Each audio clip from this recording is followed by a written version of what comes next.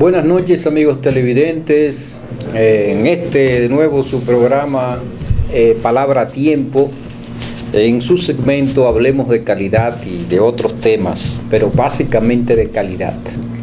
Hoy tenemos para desarrollar con ustedes y con nuestro compañero Francisco Cruz una serie de temas interesantísimos, pero antes queremos recordarles a todos ustedes que estamos en el mes de la patria.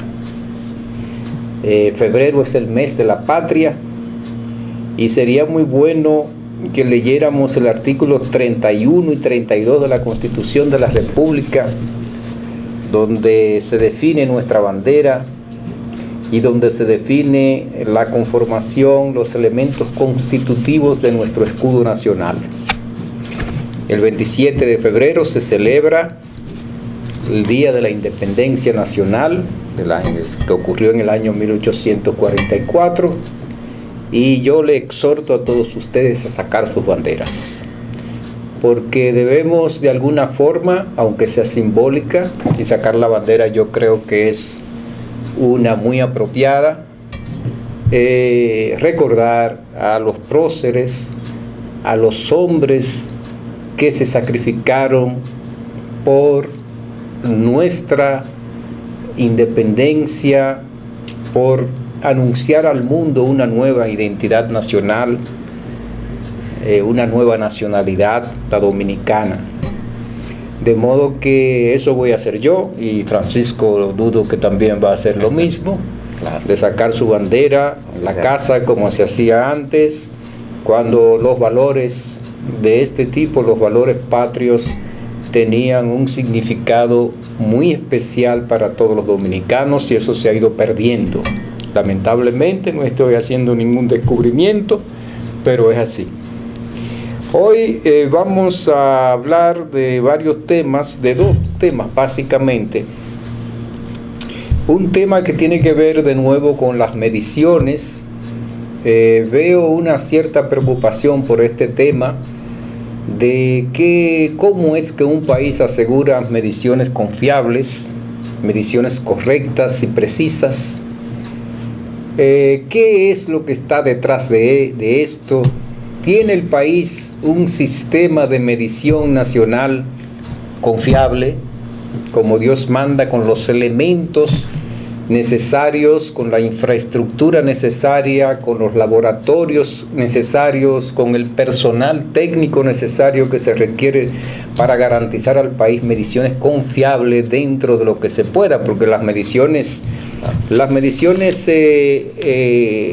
nunca son completamente exactas.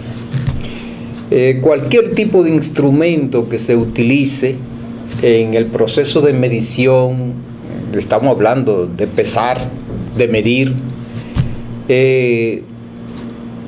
incluso si lo usamos con la mayor perfección, con el mayor cuidado,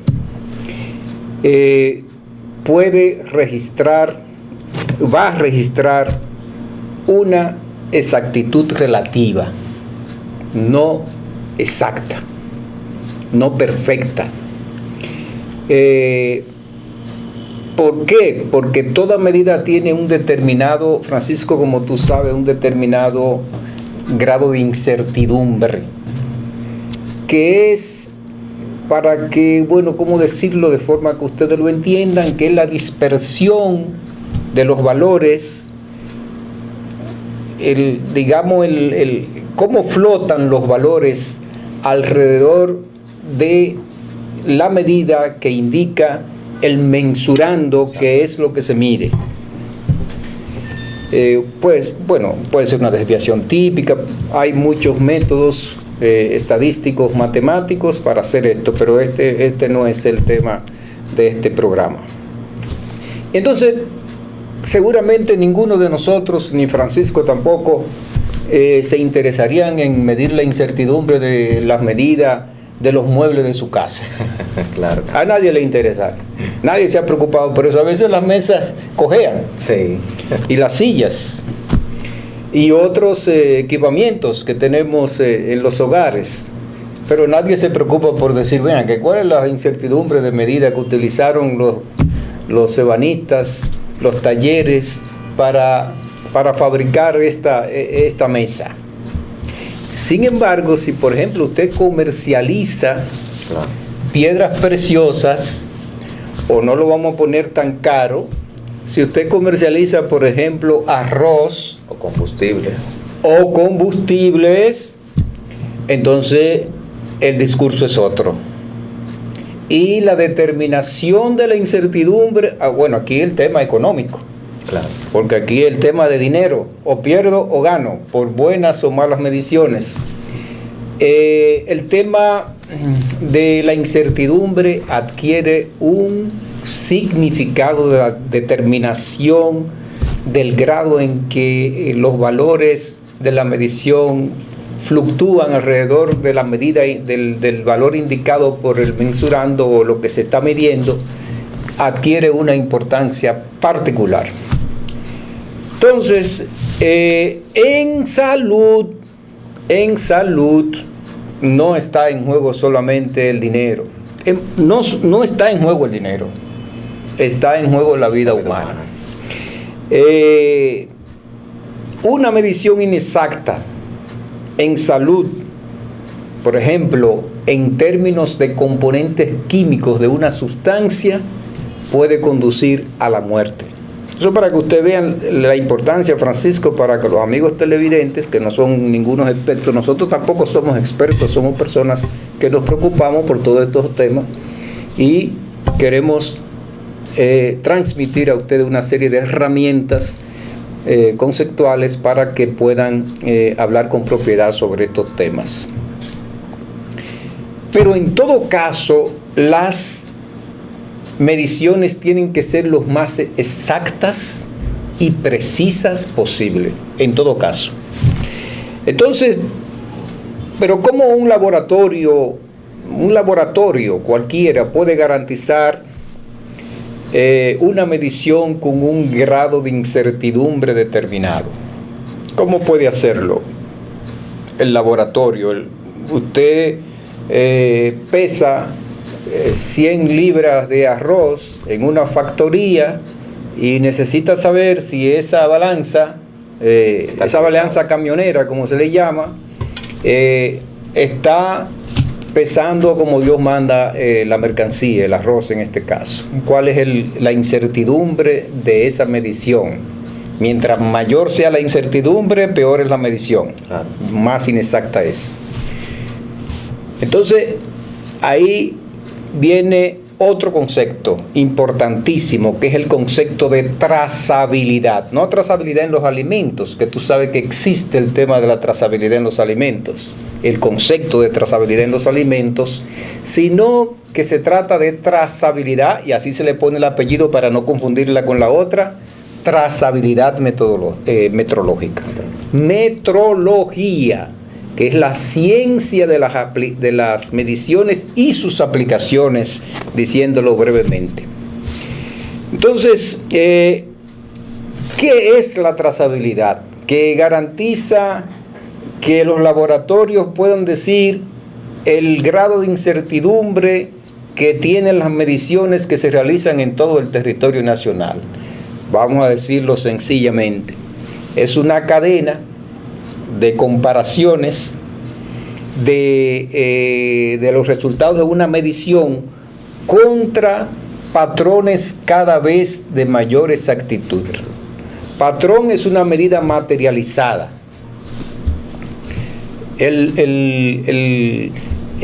Una medida materializada es primero vamos a los patrones, a los tipos de patrones. Entonces, esta cadena ininterrumpida de mediciones hasta llegar al patrón de mayor exactitud es lo que te garantiza a ti. Eso lo puede hacer un laboratorio acreditado, o sea, reconocido en sus competencias técnicas. Es lo que te garantiza a ti mediciones confiables. Doctor, quizá hay un paréntesis, quizá para los televidentes, conocer cuál es la institución que se encarga de la acreditación en el país y de la normalización en general. Sí. Déjame decirte algo más.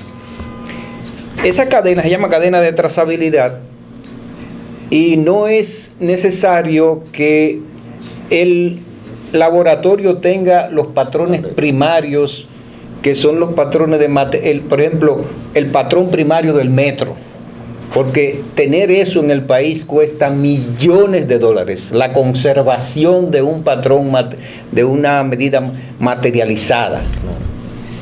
El metro, que es el patrón, es la magnitud de referencia de las longitudes.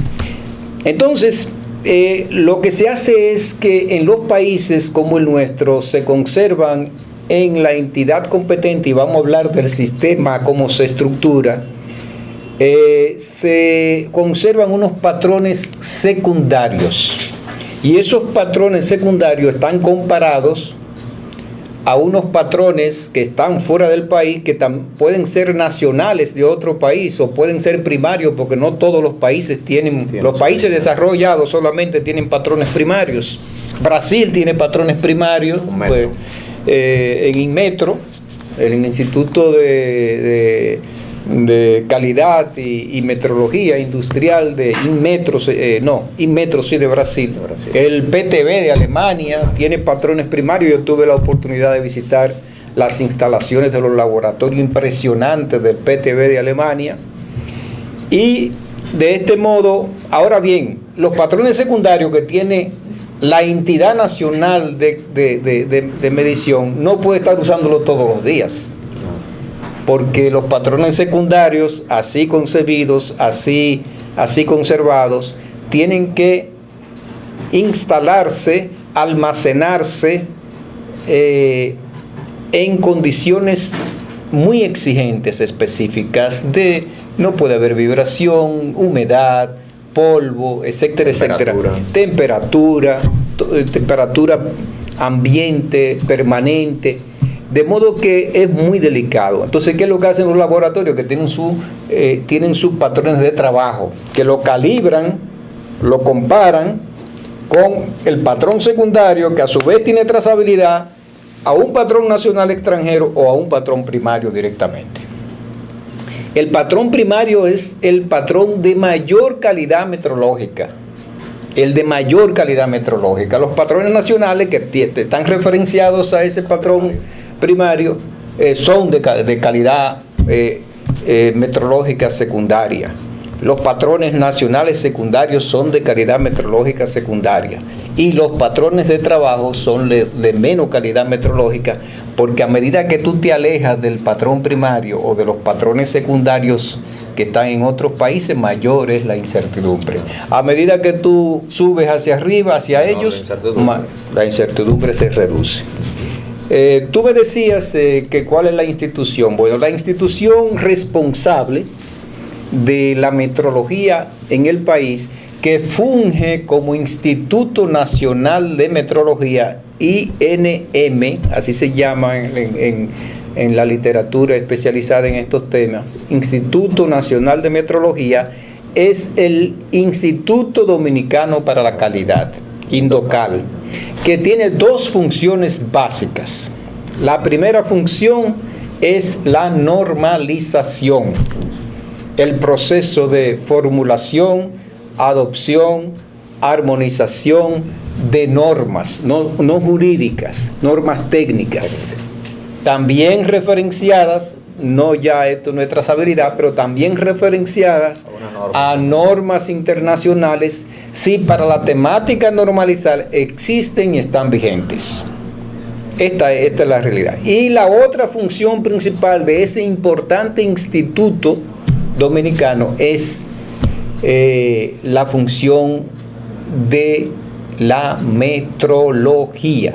Funge como instituto, repito, de Instituto Nacional de Metrología, lo cual significa que le corresponde conservar los patrones secundarios y garantizar, con la ayuda de ellos, la confiabilidad de las mediciones en todo el territorio nacional, para cualquier magnitud. Entonces, doctor, mencionamos que en salud genera riesgos en temas de mercancías, como es el arroz y el combustible.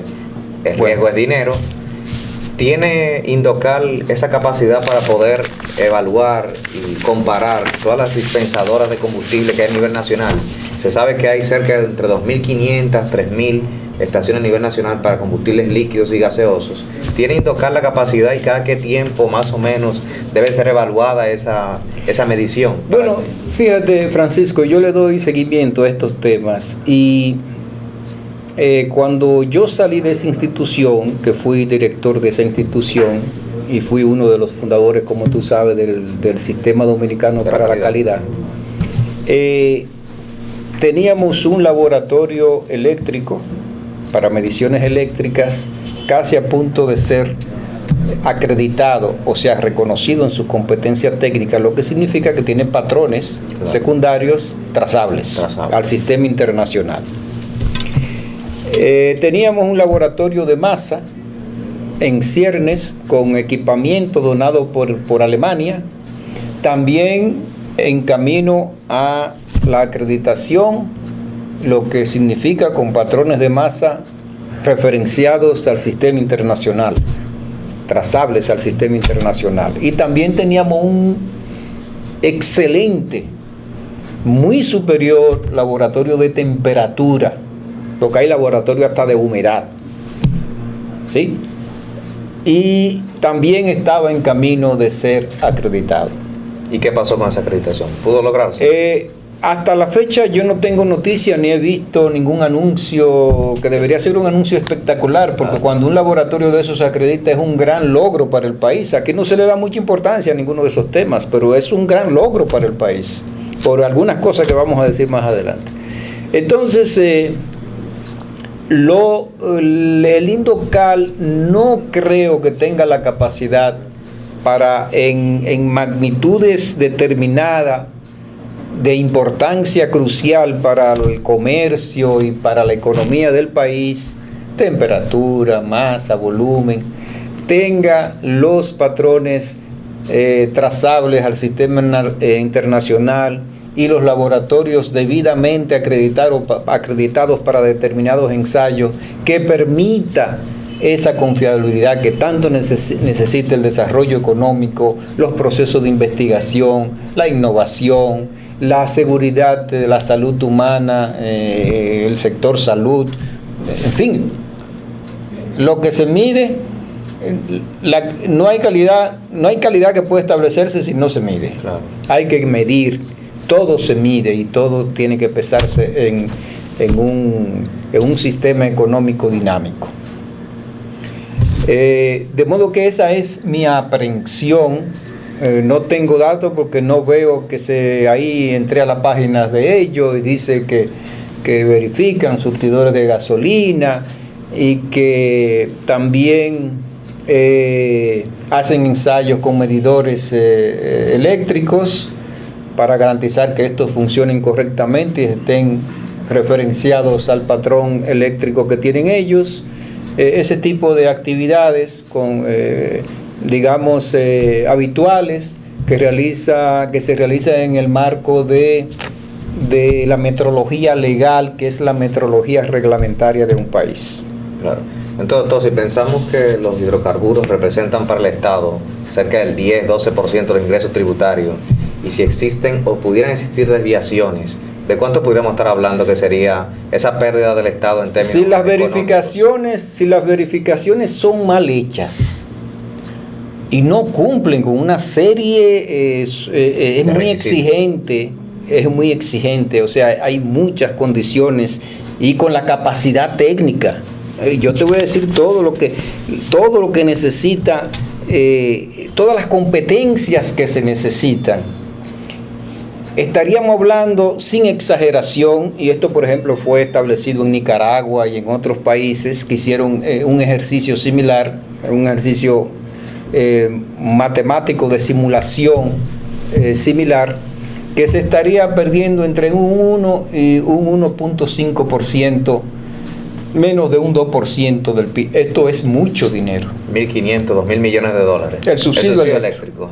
Como tú me decías fuera de cámara, el subsidio eléctrico se estarían perdiendo en un escenario conservador, porque estamos hablando de combustibles nada más. Combustible. Punta Catalina es eso. En un año. En un año. Y a eso no se le da importancia. Y no hay apoyo político al desarrollo de una infraestructura de la calidad como Dios manda, que sea reconocida internacionalmente, que disponga de patrones secundarios, ya que no podemos pensar en soñar con los primarios, de patrones primarios trazables al sistema internacional, por lo menos en las magnitudes básicas. Eso es inadmisible en la octava, casi séptima economía de la región. En la región de América Latina. Pero esto tiene que ver, señores, con salud, tiene que ver con nuestros derechos como consumidor, tiene que ver con las pérdidas o las ganancias en la industria. En términos económicos. Porque las malas mediciones también dejan ganancias y engaños, ¿sí? Trucuñuelas con el tema de las mediciones. Pero fíjate la complejidad que tiene la instalación, todas las competencias que se necesitan.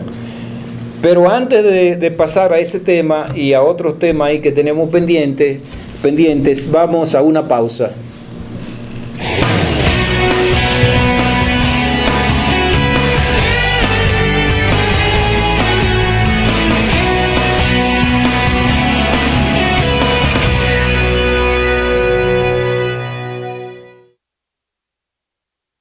¿Te ha pasado que luego de todo un día de trabajo vas a un banco, pero cuando llegas ya han cerrado? O quizás has tenido que manejar 30 minutos para ir al banco cuando en realidad tenías una sucursal muy cerca de ti. Ya no más. En bancos.do puedes encontrar todas las sucursales de todos los bancos en República Dominicana. Encontrarás sus horarios, teléfonos, correos y hasta un mapa de su ubicación exacta. Podrás filtrar por pueblo o ciudad, si abre los domingos, si abre de noche, si está en una plaza o buscar la palabra clave que deseas. También podrás valorar cada sucursal. Puedes entrar desde cualquier dispositivo que tengas. ¿Qué esperas? Entra a bancos.do.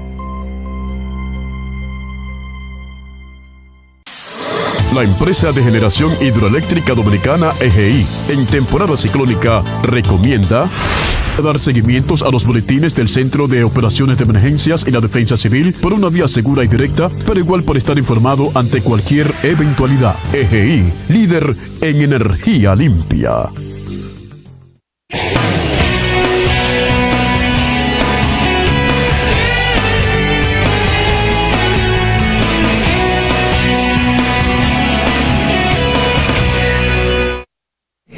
Bien, seguimos con el desarrollo de nuestros temas de hoy en Palabra Tiempo, en su segmento Hablemos de Calidad. Hablábamos, Francisco, de que la instalación y puesta en funcionamiento de una infraestructura metrológica, de mediciones, como Dios manda en un país, tiene una serie de exigencias en materia de competencias.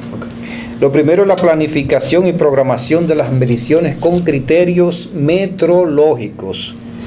Esto significa la definición de todos los mensurandos, de todo lo que se va a medir, entender los principios básicos de la medida, diseñar la metodología adecuada, seleccionar patrones e instrumentos de medida, manipulación y almacenamiento de muestras. Las muestras no pueden ser tratadas de cualquier forma, para eso existen normas para el muestreo y la conservación de las muestras. Evaluar la incertidumbre de medida, que se necesita una muy alta calificación para esto. Disculpe, doctor, ahí se establecen según el tipo de cosa que se vaya a medir, grados de incertidumbre. Sí. Habrá uno que tendrá mayor grado de admisibilidad y otro que tendrá menos. Y errores permitidos y tolerancias permitidas. La obtención de medidas trazables, que implica toda una serie de actividades que no vamos a mencionar. Hay que tener capacidad de interpretación de los resultados. Tú no haces nada con medir y no saber interpretar los resultados. Lo mismo pasa con capital humano. Lo mismo pasa con cuando nos dan los exámenes del laboratorio clínico.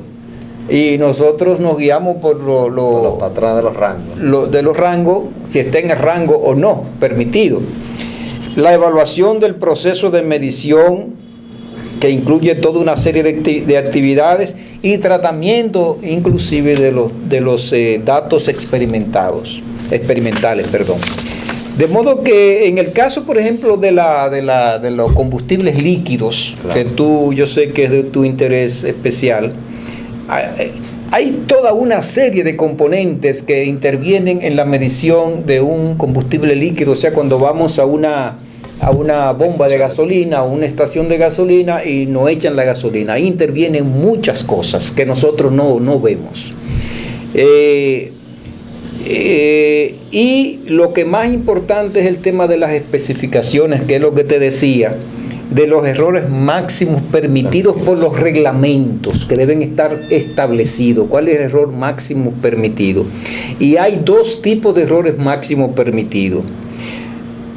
Para la aprobación del modelo prototipo que se está usando ahí, puede ser una computadora, puede ser un dispositivo de alta tecnología, un dispensador de alta tecnología, ese prototipo tiene que estar aprobado por la autoridad competente, en este caso por el INDOCAL. Todos los prototipos que se utilizan o los modelos que se utilizan para medir o pesar tienen que estar aprobados por autoridad competente desde el año 1957 con la ley 3925 que fue derogada por la 166-12. Desde Trujillo los prototipos tenían que estar avalados. Y era una buena ley, una excelente ley. Y luego el error máximo permisible para la verificación periódica, que le establece la periodicidad, el tiempo de verificación se establece por la autoridad competente. Entonces, para esta verificación periódica, por ejemplo, en México no debe ser mayor la suma de 20 mililitros más 4 mililitros por litro, sea el resultado positivo o negativo, hacia arriba o hacia abajo.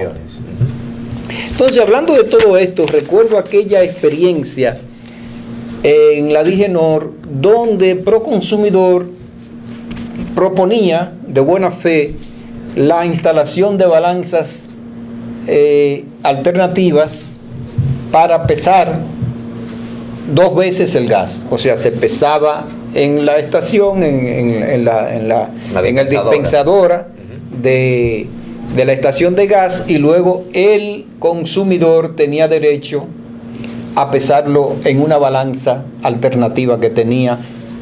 Pero ¿qué pasa? Que tú no haces nada con tener una balanza alternativa si no tiene todo esto detrás que estamos explicando. Claro. Si esas balanzas no son verificadas por la autoridad competente, y si la autoridad competente, los patrones de trabajo de la metrología legal no tienen trazabilidad, los patrones secundarios. Yo me cansé de repetir eso, es decir, eso es inútil, no hace falta hacer eso. Y sujeto a manipulación también. Y sujeto a manipulación mecánica, claro, y electrónica también, porque las balanzas, la mayoría son electrónicas ahora. Entonces, son este tipo de planteamiento de contrasentido, que uno le decían a uno que uno estaba en contra de Proconsumidor y que había diferencia. No había ninguna diferencia. La ciencia es la ciencia, y las cosas bien hechas son las cosas bien hechas, y hay que hacerlas de acuerdo a un esquema. Hay un tema que por cierto, de alguna forma tiene que ver con la calidad, porque significa emprendimientos en materia petrolera offshore, así se llaman, que significa fuera de costa, mar adentro, en el mar territorial, obviamente adentro. Y se ha hecho un descubrimiento espectacular en Sudáfrica, que es lo hizo, creo que Total, que es francesa. Sí. Hay otras compañías, corporaciones, grandes corporaciones intervinientes en toda la costa africana, pero de gas natural y de gas condensado. 1.000 millones de barriles equivalentes como reservas probables. Ellos van ahora a una segunda etapa exploratoria con sísmica 3D, de 3 dimensiones, pero tienen ya la seguridad y lo anunciaron al mundo. Claro. Lo que impactaría, digamos, el balance, el equilibrio mundial, el equilibrio energético mundial, con un nuevo actor, con un nuevo proveedor de esta magnitud por mucho tiempo, porque son reservas para mucho tiempo. Y también la correlación de fuerzas entre las compañías petroleras más importantes del mundo. Quizá ahí, doctor, explicar a las personas, a los amigos televidentes, se menciona el tema de reserva probable. Hay varios tipos de reservas en el mundo petrolero, no somos expertos en la materia, pero en términos generales hay 3 tipos de reservas. Están las reservas probadas, que son aquellos que tienen una alta probabilidad de seguro encontrar algo porque se ha explotado como tal. Están las reservas probables, que son aquellas que tienen entre un 50 y un 90% de posibilidad de que de ser explotada comercialmente. Comercialmente es un término importante, comercialmente, sí. Y que están cerca de algún tipo de pozo petrolero. Y ya luego hay unas posibles, que son las que son más abundantes porque son las de menor, digamos, análisis estadístico y análisis propiamente geológico, que te permite decir, estas son probables. Es una alta proporción. Muy bien. No, yo creo que en Rusia también la tríada Total y creo que Qatar participa, y una empresa rusa también hicieron un gran descubrimiento que fue anunciado al mundo no hace mucho, hace unas semanas. Sí. Y parecería como que el petróleo parecería que es inagotable, porque las reservas probadas y en comercialización tienen una vida útil estimada por los expertos, sí, que le dan 50 años, que vamos a tener 50, petróleo, 50, que vamos a tener 80 años petróleo, pero todos los meses, por decirlo exageradamente, todos los años se descubren reservas potenciales de hidrocarburos enormes, y esto aumenta no sé si aumentará el rol, porque ahí está la competencia con las energías renovables, que también están teniendo una preeminencia enorme, pero sí hay reloj que puede conducir a un abaratamiento de los precios, considerado el monopolio que hay por el lado de la oferta entre un grupo de países de grandes productores. Usted ha mencionado, doctor, el tema de las energías renovables, la competencia con los combustibles fósiles. Muchas personas creen que los vehículos eléctricos, al ser eléctricos, dejarían de utilizar combustibles fósiles. Dependiendo de la matriz energética de cada país, ¿va a ser eso cierto o no? Bueno, la batería es combustible fósil. Claro. Es material fósil. Claro, y la electricidad que le inyectaste, si en la red de generación que se transmite a través de las centrales es generación térmica con combustible fósil, al final le estás poniendo a tu vehículo combustible fósil. Estás traspasando una fuente de un sector de consumo directo, que es el vehículo, a otro indirecto, que son las centrales de generación. Pero como quieres, un avance enorme, importante, claro. Importante en términos de emisiones y eficiencia. En términos de eficiencia, es un tema importantísimo. Sería bueno que brevemente, Francisco, nosotros mencionáramos aquí que el Ministerio de Energía y Minas, por primera vez, seriamente, yo creo, por primera vez, bueno, no vamos a decir por primera vez seriamente, porque se hicieron unas investigaciones con unos cubanos que fueron investigaciones serias. En el 2006-2007 con la Comisión Nacional. Bueno, y la Comisión Nacional de Energía fue la entidad estatal coordinadora de esas actividades, de un intento de recopilación de información, cuya conclusión fue que la información que se tenía disponible no era suficiente para hacer un diagnóstico certero de si en el país teníamos o no, para despejar la incógnita, la vieja incógnita, de si tenemos o no reservas de hidrocarburos en cantidades comercializables en el territorio nacional. Y este ministerio ha desarrollado un programa bastante consecuente, bien concebido, bien articulado, de exploración de hidrocarburos en el territorio nacional. Ahora mismo este plan, este programa se encuentra en el proceso de contratación de consultoría para, bueno, ya se definieron las principales cuencas prometedoras, claro, los bloques petroleros. Se ha hecho un trabajo enorme en el tema de regulatorio, de los contratos, de los reglamentos que se requieren y de la ley también que se requiere, o de las leyes que se requieren en materia de hidrocarburos. Se ha hecho un trabajo enorme que yo creo que en gran medida ha pasado desapercibido por la ciudadanía. Se está ahora la contratación de la consultoría para apoyo de la ronda petrolera, luego de concluida la licitación pública internacional para la contratación de servicios de consultoría. Entonces se pasa a esa licitación, concluyó, participaron nuevas empresas y McKinsey fue la ganadora, que va a ser la consultora en este aspecto. Luego se pasa a la revisión y definición del contrato modelo y esquema fiscal, que es un proceso, uno de los componentes del programa ya bastante avanzado. Y luego, finalmente, un contrato modelo de exploración y producción de hidrocarburos, que va a ser socializado nacional e internacionalmente. Un trabajo meritorio que nosotros tenemos aquí el deber de felicitar al viceministerio de hidrocarburos, al ministro Isa Conde del Ministerio de Energía y Minas y al subviceministerio de hidrocarburos, que han hecho un trabajo formidable de exploración hidrocarburífera en el territorio nacional como Dios manda. Se han recuperado sísmicas, se han recuperado información que no se sabía dónde estaban, pero que se habían hecho, otra que se sabían dónde estaban, pero que no se habían analizado lo suficientemente. En fin, con este trabajo se han ahorrado millones de dólares al Estado en el desarrollo de este programa, que de otra forma, hacerlo desde el principio, hubiera costado un dineral.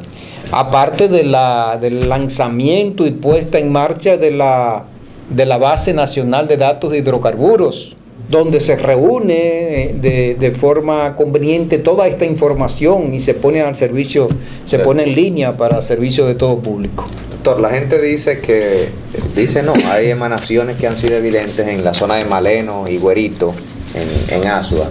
Se sabe por registros que en los años 1939 se llegó a explotar entre 25.000 y 50.000 barriles de petróleo en total. La demanda hoy, estamos hablando de 135.000 barriles, de los cuales la refinería tiene una capacidad de 34.000 barriles. Entonces uno se pregunta, estuvimos revisando alguna literatura al respecto, y en Colombia se hizo un análisis de la composición y los costos en la región de América Latina de exploración.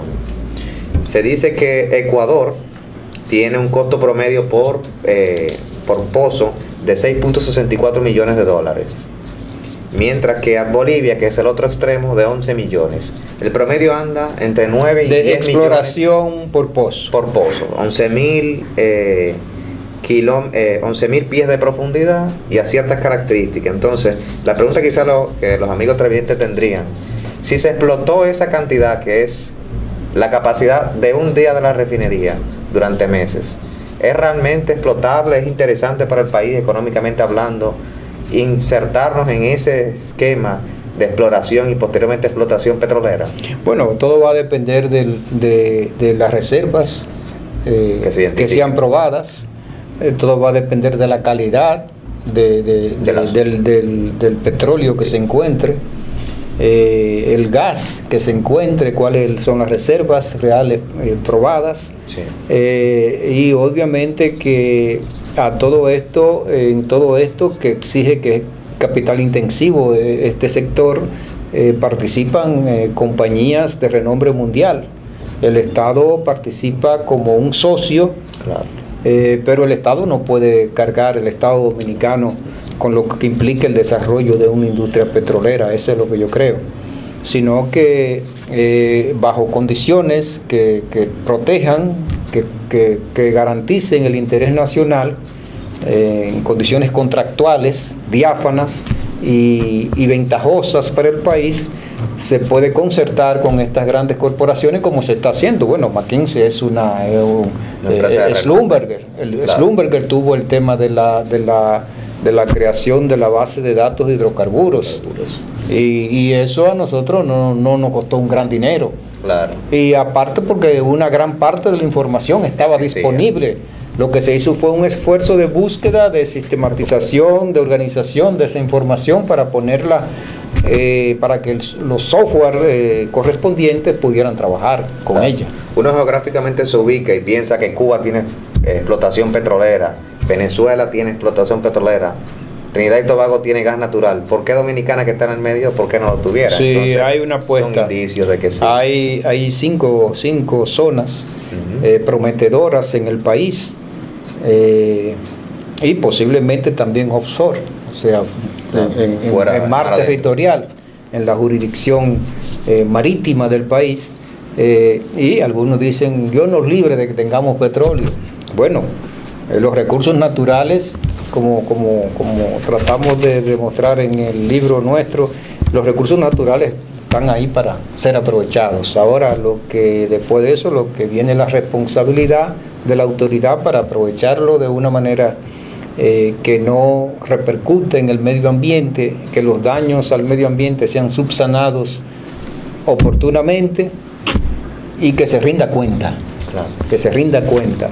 De eso se trata una administración pulcra, una administración responsable a la que todos nosotros, ustedes también, amigos televidentes, aspiran. Tú tenías un tema el análisis económico de los pozos petroleros. Sí, tenía acá un poco, no sé si estamos en tiempo aún. Tenemos un poco. Antes tenemos de eso, un poquito todavía. Claro, hablar un poco de los países que tienen mayores reservas de petróleo a nivel mundial. Se sabe que los países de la OPEP, que son los famosos Organización para Países Exportadores de Petróleo, tiene cerca del 45% de la producción mundial y el 80% de las reservas probadas. De esos, los países que principales reservas tienen son Venezuela, Arabia Saudita, Canadá. La gente no sabe mucho, pero Canadá es el tercer reservorio mundial. Venezuela está en primer lugar, con reservas. Con reservas. Prácticamente duplica las de Canadá, que es el tercero. Irán, Kuwait, Emiratos Árabes Unidos, Rusia, Libia, Nigeria. Y Rusia está en quinto lugar. En octavo. Lo ubicaba un ranking al 2016. Okay. Y en términos de petróleo, Rusia es el primero, de gas natural, Rusia es el primero.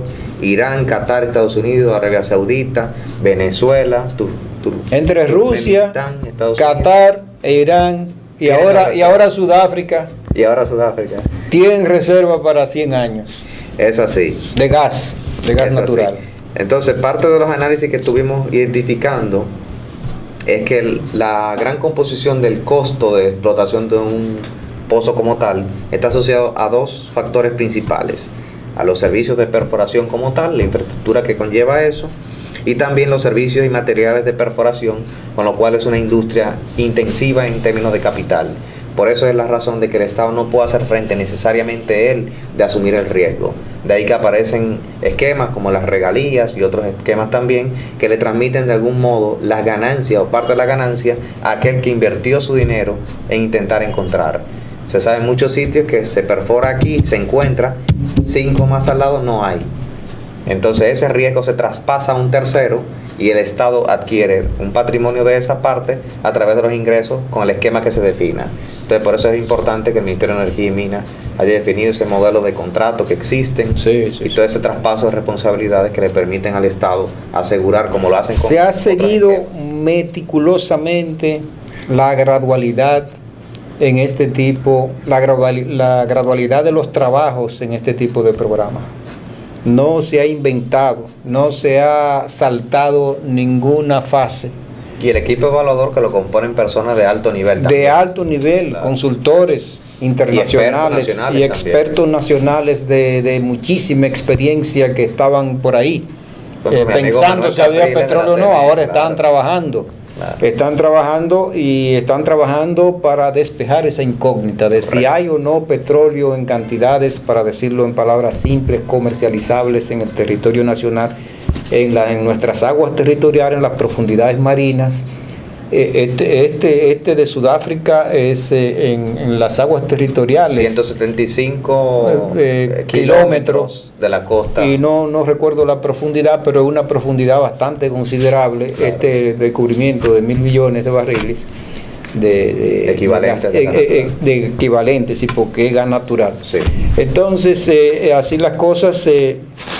Yo creo que en esa materia nosotros vamos por buen camino y las cosas, los trabajos están haciendo con calidad. Ese era el tema.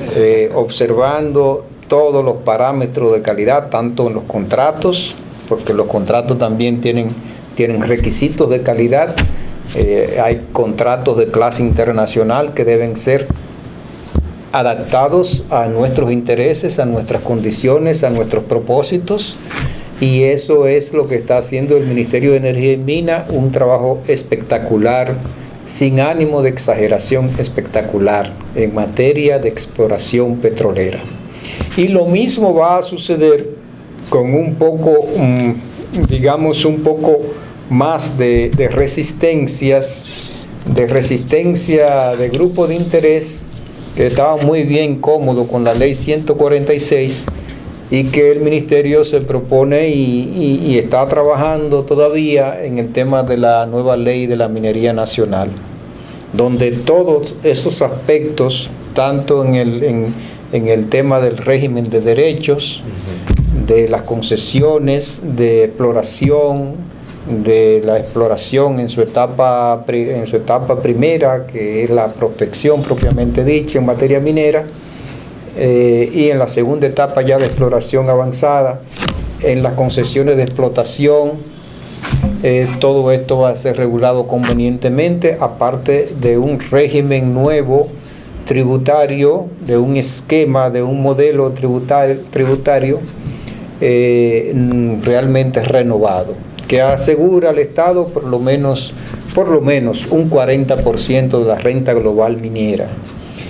Y lo que se está planteando ahí, Francisco, es el tema de la sostenibilidad de la minería, sembrando minería, o sea que una proporción considerable de esa renta estatal minera sea canalizada a objetivos de desarrollo, de competitividad, de innovación, de investigación, para que el país vaya aproximándose a pasos firmes hacia una economía del conocimiento. Así debe porque ser. Nosotros, los recursos naturales, la explotación de nuestros recursos naturales durante los últimos 50 años no han contribuido a forjar los cimientos de una economía del conocimiento. Una economía del conocimiento es una economía que basa su productividad en eso, en investigación, en innovaciones, en emprendedurismo empresarial, en investigación aplicada. Eso es en mano de obra calificada, en cuadros profesionales actualizados y calificados. Con centros educativos de nivel internacional. Con centros educativos de excelencia, como se dice, y valga el cliché. Entonces, todo eso es economía del conocimiento y es la única forma de sembrar minería, porque una vez que usted extrae los minerales no hay forma de reponerlos de nuevo. Y cada vez que saca un volumen, en esa misma proporción disminuye el acervo de las riquezas naturales del país. Entonces hay que hacer algo reproductivo, como decía mi querido autor Uslar Pietri hace 56 años, en el 36 más. Que él hablaba de sembrar el petróleo. Bueno, ahora vamos a hablar, no tenemos petróleo todavía, estamos aproximándonos a una respuesta, si tenemos o no tenemos petróleo, sembrar minería, sembrar la renta minera en algo útil, que no vaya al flujo corriente de los gastos del gobierno, que nadie sienta los beneficios de la minería, que nadie lo perciba. Sí, porque una cosa es que se construyó este ferrocarril que va a Santiago y de Santiago va al sur, y eso fue producto de la renta estatal minera. Y otra cosa es que esta renta se pierda en el flujo corriente del Estado, ya sea en inversión, porque no vamos a decir que el Estado no invierte, y en pago de nómina y personal, y nadie nunca vea nada que sea el resultado de la material, digamos. Material, físico e intangible. Claro. Del resultado de la explotación. Del aprovechamiento de los recursos naturales. Bueno, no sé si tú tienes que agregar más a este tema. Sí, todavía tenemos tiempo por si tú quieres agregar algo más. Sí, quizás mencionar un poquito que según lo que se tiene en las estimaciones del 2016, efectivamente son cerca de 54 años de producción con niveles actuales, con lo cual quizás no tomando abuso de su edad, pero de que usted era joven, se está hablando de 50 años y cada vez se está escuchando más eso, con la crisis petrolera del 73 y finales de los 70 siempre se habla de que se estaba terminando y que las renovables aparecen, pero lo cierto es que el mundo se va descubriendo como el mismo capitalismo. Así es. Se va encontrando más fuentes nuevas y hoy por hoy el barril como tal se está cotizando $53. Hemos visto cómo ha tenido oscilaciones a través del tiempo, pero pensaríamos que se mantendría estable entre 50 y 60, de hecho así lo puso el presupuesto nacional. Y así fue pronosticado por la Agencia Internacional de Energía, que creo que fue que puso un tope de 60, de $60 el barril. Amigos televidentes, de Palabra a Tiempo y de este su segmento Hablemos de Calidad, hemos llegado al minuto final de este programa. Lamentablemente hemos tratado temas de las mediciones, del petróleo, del programa petrolero a grosso modo del Ministerio de Energía y Minas, y otros comentarios interesantes de Francisco Cruz, quien me acompaña en este ejercicio, digamos, educativo, de difusión de cosas interesantes. Un servidor, Julio Santana, y Francisco Cruz, le desean muy buenas noches.